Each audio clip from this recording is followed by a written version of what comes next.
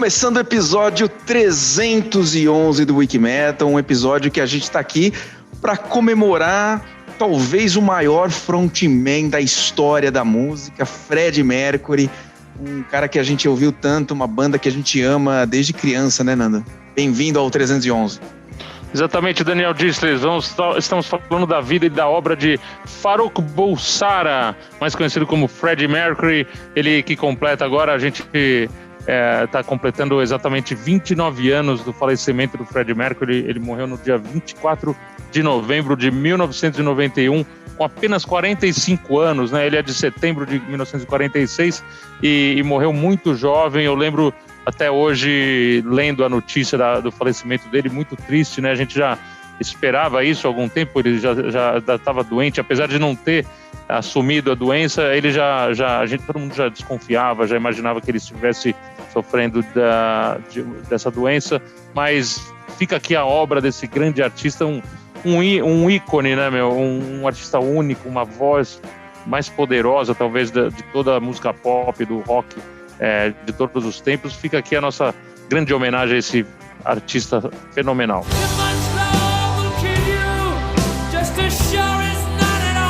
Como o Nando disse, demorou, né, para reconhecer que estava com AIDS, mas quando reconheceu, eu quis reconhecer isso antes de morrer, e foi super importante isso aí, porque foi o primeiro rockstar, né, o primeiro grande estrela da música a ter a doença publicamente e tal, e isso representou um importante evento, assim, na luta contra a doença, tanto que alguns anos depois, né, acho que no ano seguinte, em 92, teve aquele show em Wembley, gigantesco show, que foi usado para levantar fundos para pesquisa contra a doença, que depois ficou muito mais controlada. Show que teve participações maravilhosas, assim, tipo do Robert Plant, do Led Zeppelin, do Roger Daltrey, do The Who, o Elton John, o Metallica, o David Bowie, a Annie Lennox, o Tony Iommi tocando guitarra do Black Sabbath, o Axl Rose do Guns N' Roses, e acho que a maior personificação ali cantando Queen, que eu acho que foi sensacional, foi o George Michael, com Somebody to Love, que ficou lendária, né? Quem não viu isso no YouTube, eu recomendo. Agora na pandemia, no começo da pandemia, eles passaram esse show inteiro,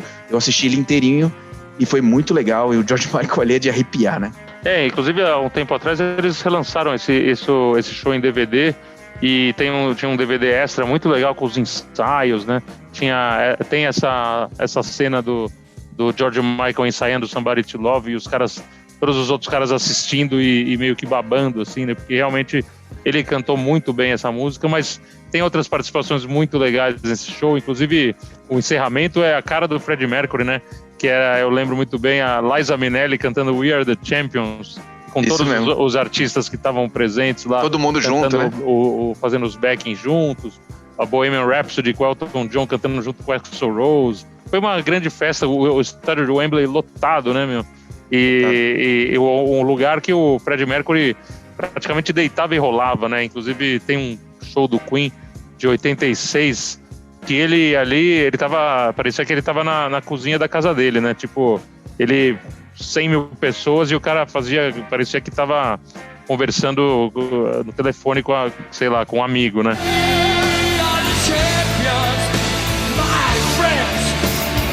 E muito legal, Nando, que a gente começou pelo fim, né? Falamos do falecimento, falamos da AIDS, falamos da homenagem depois, mas o que a gente vai fazer agora durante todo o episódio é celebrar a vida dele, comemorar, contar um pouco da história de como ele chegou, né? Como fundou o Queen. Vamos passar um pouquinho sobre esse passado, que é muito legal. A gente vai ouvindo uns trechinhos de música, como a gente sempre faz, e é muito bacana pra gente celebrar o Queen, celebrar o Freddie Mercury, e num astral legal, dado o acervo que ele deixou pra gente, né?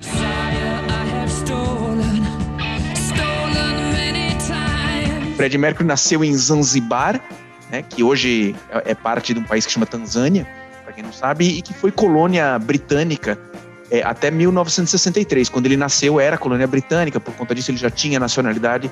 Antes de migrar, ele gastou bastante tempo da infância dele morando com os parentes na Índia, né? Os pais dele também tinham origem ali do Paquistão e da Índia. Ele tinha parentes ali na Índia, foi estudar piano, estudar música perto de Bombay, na Índia. Em 64, ele emigrou para a Inglaterra, meio que fugindo um pouco das revoluções que estavam marcando ali as revoltas em Zanzibar. Os pais dele foram morar na Inglaterra e ali ele começou a adolescência e começou a percorrer o caminho que ia levar ele a conhecer os caras do Queen. Inclusive nessa época que ele foi morar na Inglaterra, ele acabou indo estudar design gráfico, né, artes gráficas na faculdade, e ele se tornou um grande artista plástico também, tanto é que ele que desenhou o logotipo do Queen, né, aquele logotipo, um brasão, pode-se dizer assim, o logo que está na capa do A Night at the Opera e do A Day at the Races, que tem ali os signos, né, dos membros do Queen. Roger Taylor e John Deacon são os leões, né, dois do signo de leão. Ele é a virgem, né, e o Brian May é o caranguejinho do signo de câncer. E aí tem uma rainha ali e tudo, e faz até uma referência ao brasão da própria Inglaterra, né?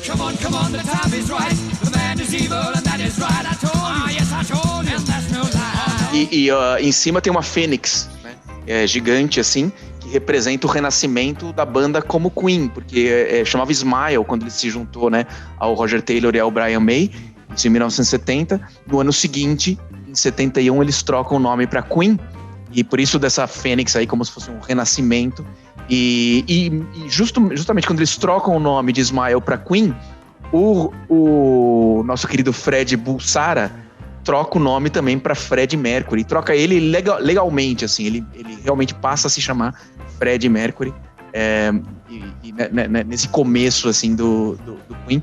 Eu achei muito bacana, só fazendo um parênteses também, ainda pegando dessa época do começo da carreira do Queen, que eu amo o Queen 2, já falei disso várias vezes aqui no Wikimetal, falei pra você, até a gente fez aquele Wikimetal Chain no comecinho da pandemia, que a gente gravava uns vídeos falando de discos meio desconhecidos, e eu falei um pouco do Queen 2, porque eu acho um disco espetacular, mas que ninguém conhece muito, porque ele não tem grandes músicas que fizeram sucesso, não tá nos greatest hits. Acho que tem Seven Seas of Rhye, acho que é a única música que fez mais sucesso, mas é um disco meio desconhecido. Mas eu acho um disco, assim, um dos melhores, talvez o melhor disco do Queen.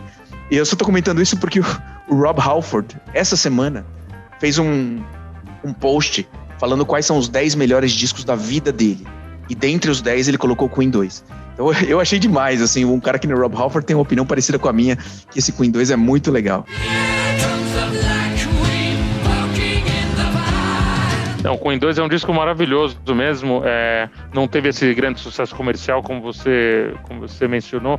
O sucesso comercial realmente veio no quarto disco de estúdio da banda, que é o A Night at the Opera, inclusive uma música totalmente atípica, né? O single Bohemian Rhapsody, que é o maior sucesso, pode-se dizer assim, o maior sucesso do Queen até hoje. É uma música que ninguém imaginava que fosse fazer sucesso. Todo mundo foi contra eles lançarem essa música como single. Até o empresário da banda, o Jim Beach, mostrou essa música pro Elton John na época, e o Elton John falou: vocês estão loucos de lançar essa música, isso aí não vai fazer sucesso nunca. É uma música que tem, sei lá, 5 minutos e meio, 6 minutos, e no meio da música tem uma opereta, né, um trecho operístico.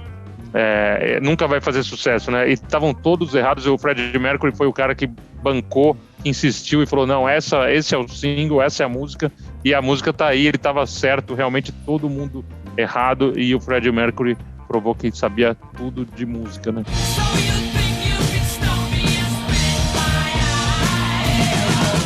A música chegou aos primeiros lugares de listas e rádios e execuções e tudo mais. E agora, né, em 2018, quando foi lançada a cinebiografia Bohemian Rhapsody, além de ter ganhado 4 Oscars, incluindo de melhor ator pro Rami Malek, a música de novo, tipo, sei lá, 30 anos depois, 40 anos depois, 40, né, quase 50 anos depois, chegou em primeiro lugar de novo, né? Então é um negócio inacreditável, assim, muito legal. Ela já tinha sido revisitada, vamos dizer assim, pela comédia Wayne's World, que eles têm uma cena clássica dos caras cantando a música no carro, e acabou levando a música para outras gerações. Mas o Queen teve uma história totalmente única, né? Que é engraçado, eles tiveram várias épocas de sucesso, eles tiveram muita dificuldade em conseguir fazer sucesso comercial nos Estados Unidos, né? Eles eram muito grandes na Inglaterra, na Europa toda, na Austrália, até no Brasil, e eles demoraram muito a fazer sucesso nos Estados Unidos. Eles conseguiram, acho que, começar a fazer sucesso nos Estados Unidos com o disco The Game, que tinha a Crazy Little Thing Called Love, e Another One Bites the Dust, né? Another One Bites the Dust, inclusive, foi usada há muito tempo era uma gíria do esporte, né? Em competições. Que Another One Bites the Dust tipo, vamos deixar o cara comendo poeira, né? Mais um que come poeira. Então, isso foi usado no esporte. Até o We Will Rock You, né? Aquelas palmas do We Will Rock You foram usadas também muito em competições esportivas, tudo, mas o reconhecimento deles nos Estados Unidos demorou bastante para chegar, né?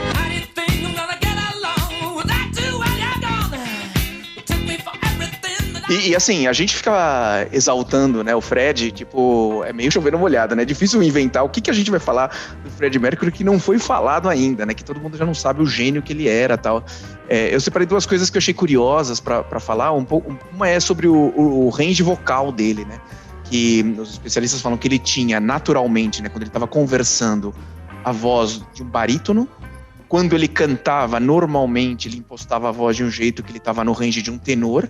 Mas que tem trechos no Queen que ele chega de baixo a soprano, né? Ou seja, ele tem um range, uma amplitude muito, muito animal, muito, muito incrível. A outra coisa que eu separei para falar dele é como ele como compositor, né? Que a gente sabe ele como showman, ele como pianista, ele como cantor, né? Tudo isso ele é fenomenal, mas também como compositor, né? Além de Bohemian Rhapsody, que a gente já falou, né, e Seven Seas of Rhye também, que ele escreveu Killer Queen, Somebody to Love, Good Old Fashioned Lover Boy, We Are the Champions, Bicycle Race, Don't Stop Me Now, Crazy Little Thing Called Love, Play the Game. Quer dizer, músicas, assim, tô citando algumas, né, daquele disco Greatest Hits, né, que ficou muito famoso, acho que é a coletânea mais vendida na história, coletânea, né, acho que tem 15 músicas, mais 16 músicas, ele escreveu sozinho 10. Então, é um compositor também inacreditável, assim, de realmente escrever grandes hits e levar eles, assim, a uma fama gigantesca. She's a killer queen, gunpowder gelatine, dynamite with a laser beam. Então, além da própria generosidade que ele tinha com os outros colegas de banda, né? Que todo mundo comentou isso, principalmente o John Deacon, né, que ele incentivava muito os outros músicos do Queen a escreverem, a compor, a escreverem músicas, participarem dos discos. O próprio John Deacon tem várias músicas, né, como You're My Best Friend, Spread Your Wings, o Roger Taylor com o Radio Gaga, o Brian May tem várias músicas também de composição dele. Então ele não tinha essa coisa, esse ego de querer puxar tudo pra ele, né? Só ele compor, só ele lançar singles, né? A própria Radio Gaga era uma música do Roger Taylor, era o primeiro single do The Works, né? Que era um disco super importante pra carreira deles. Não tinha essa questão de quem era a música, né? Que fosse melhor, saía como single, né? Isso aí. E depois de uma certa altura do campeonato, acho que, não lembro exatamente qual disco, não sei se era do The Works, o Hot Space, não sei. Eles passam a assinar todas as músicas entre os quatro, né? Eles decidem que daí todas as músicas são composição dos quatro e não fica mais creditada a um ou ao outro, né? E também mostrando um pouco essa relação que eles tinham, muito legal, muito bacana. O filme mostra um pouco isso, mas o filme eu achei bem bacana, bem legal, bem divertido, bem emocionante. E, assim, como relato histórico, tem muitas coisas que eles alteraram para deixar a narrativa mais leve, mais light e tal, mas não deixa de ser legal, né? Principalmente as questões da linha do tempo, né? Que eles alteraram um monte de coisas, assim, que para quem acompanhou, que nem a gente acompanhou um pouco do Queen, a vinda do Queen para São Paulo, depois a Queen no Rock in Rio abrindo, né? A primeira noite junto com o Iron Maiden, primeiro Rock in Rio. Então a gente tem essas coisas na cabeça e aí a gente vê no filme totalmente fora de ordem, né? Mas não tira nada da importância, e foi muito legal também ver esse filme.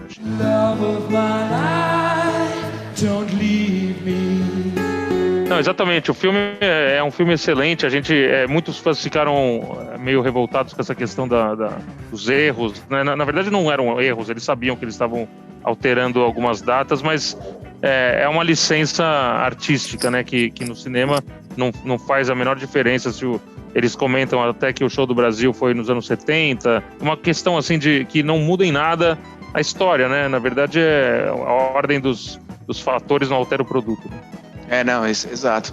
E teve muitas homenagens, né, também que foram feitas, não só o show de 92, que a gente já comentou um pouquinho aqui, mas o fato deles terem lançado aquele Made in Heaven em 95, que foi bem legal, a entrada deles pro Rock and Roll Hall of Fame em 2001, o lance das estátuas, né, que tem uma estátua de 3 metros de altura em Montreux, na Suíça, e tem uma estátua no Dominion Theatre em Londres, onde rola o musical Will Rock. Eu até tive a chance de assistir isso em 2014, uma coisa assim, e também bem legal, musical, tudo, um monte de música do Queen e essa estátua gigantesca do Freddie Mercury na entrada. Então tem, assim, tá muito na cultura popular, assim, né? Tá muito espalhado, ainda bem, né? Todas as coisas que o Freddie e o Queen em geral fizeram. Inclusive essa estátua em Montreux o Freddie Mercury morou em Montreux e foi lá que ele faleceu, né? Era lá que ele estava quando ele morreu. E então eles fizeram essa grande homenagem aí. Deve ser bem bonito, uma estátua em homenagem ao Freddie Mercury na cidade de Montreux, na Suíça, né? Não confundir com Montreal, no Canadá. Lá não é a mesma coisa? Tem duas cidades chamadas Montreal. Tem uma cidade chamada Montreal e outra chamada Montreux. Precisa ver direito isso aí, porque eu tenho um caderninho de anotações de alguns lugares que eu queria ir. Pra mim é a mesma coisa isso aí, tá ok? Você já leu Tolstói? Não, Toy Story só. É dos bonequinhos. Só o filme, né? Eu passei com o Eduardo, quando eu era pequenininho, eu passava pra ele, pra ver se não me enchia o saco. Não deu muito certo, não.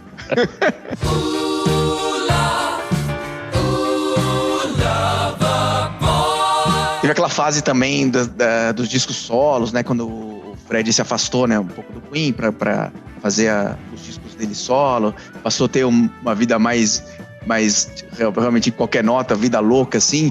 E nesse período teve aquela festa de aniversário. Até o filme retrata um pouquinho isso, mas eu tinha lido antes que ele fez uma festa em 87 com 700 convidados, elefante, um bolo que representava a Sagrada Família do Gaudí, de não sei quantos metros de altura, que colapsou antes de ser servido, caiu o bolo. Aquelas festas loucas, né? E tem uma passagem engraçada que teve 230 copos que foram quebrados e ele recebeu a conta, ele mandou pro Jim Beat, que era empresário da banda, para pagar. E o Jim Beat conta mais perto do final da vida do Fred, que ele falou assim, que o Fred falou para ele: você pode fazer o que você quiser com a minha música, só não deixar ela boring, só não deixar ela chata, não deixar... frase bem Fred Mercury. Não, inclusive a grande sorte dele era que não existia telefone celular nessa época dessas festas, né? Porque realmente ia ter um monte de gente com problemas aí na justiça, né? Imagina o que rolava nessas festas, hein? Deixa eu fazer uma perguntinha pra vocês. Me diga, quem nunca deu uma exageradinha de leve numa bebidinha? Algum churrasquinho de família, às vezes até algumas reuniõezinhas. Você vai lá, passa um pouquinho do ponto, fala uma bobagemzinha aqui, outra ali, quebra os copinhos também, que faz parte. Mas deixa o menino viver uma vida feliz. Fica tranquilo. Que atire o primeiro copo que nunca fez nada errado.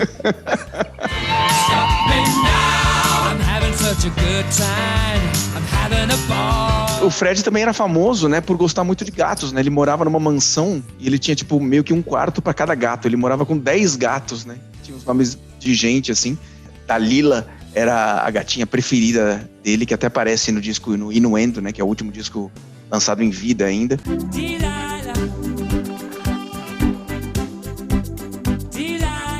Mas tinha o Tom, o Jerry, o Oscar, Tiffany, Dora, tinha um monte de gatos. E ele adorava isso. E era uma mansão que ele morava, que a Mary Austin, que é o primeiro grande amor da vida dele, e que ficou até o final da vida como amiga. Ele inclusive foi padrinho do filho dela, que chama Richard. Ela que escolheu essa casa onde ele morava com os gatos, Mary Austin, que até no filme mostra ele falando pra ela que ele escreveu Love of My Life pra ela, né? Que ela é o Love of My Life, né? Da vida dele. Eu acho que a Mary Austin mora nessa casa até hoje, se eu não me engano. E conta muito dessa história de amor dos dois, né? De amor e amizade, na verdade, dos dois. E no filme, né? E uma das coisas que mais legais do filme realmente foi ter levado a história do Queen para gerações mais novas, né? A minha filha, por exemplo, ela viu 5 vezes o filme no cinema e adora Queen, é fanática por Queen. E não só viu 5 vezes no cinema, como levou todas as amigas da escola dela para assistirem, que nem sabiam o que era Queen, não tinham a menor ideia, e algumas delas acabaram curtindo Queen. E além de toda essa história das homenagens e tudo, muita gente acabou gravando, participando de músicas do Queen. Acho que vale a pena ressaltar, principalmente o Under Pressure com o David Bowie, né? É um dos maiores sucessos do Queen, e é uma parceria maravilhosa, esses dois artistas.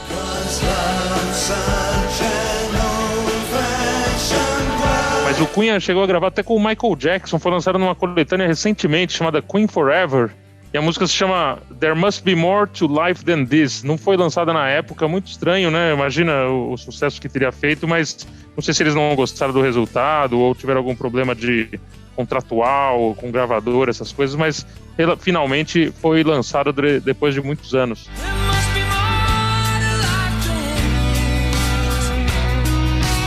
Muito legal, muito legal. Com isso, acho que a gente tem uma boa passeada na obra, né, do Freddie Mercury. Claro, é impossível, né, a gente abranger uma obra tão lendária, tão icônica como essa, e também que muito já foi falado, né? Muitas pessoas já conhecem, principalmente os fãs aqui do Wikimetal, acho que já conhecem grande parte do acervo e de tudo que ele fez. A gente tentou florear um pouco aqui a homenagem ao Freddie Mercury, falando algumas coisas um pouquinho mais escondidas, um pouquinho mais lado B, um pouquinho mais inusitadas, pra gente agregar um pouquinho de informação, assim, pra ser bacana. Acho que foi legal, né, Nando? A gente passeou um pouquinho aqui pela vida do Freddie Mercury. É muito legal, sempre bom lembrar o Freddie Mercury, o talento extremo, né, que ele tinha com a música e as coisas que ele deixou.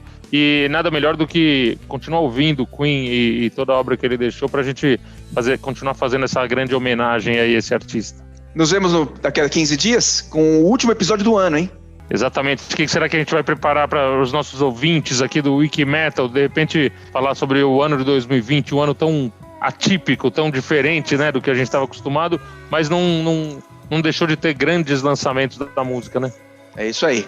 Nos vemos daqui a 15 dias. Tchau, presida. Um grande abraço para todos vocês aí, companheiros. Não se esquece, eleições final de semana. Vote consciente. Wikimetal! Wikimetal! Wikimetal!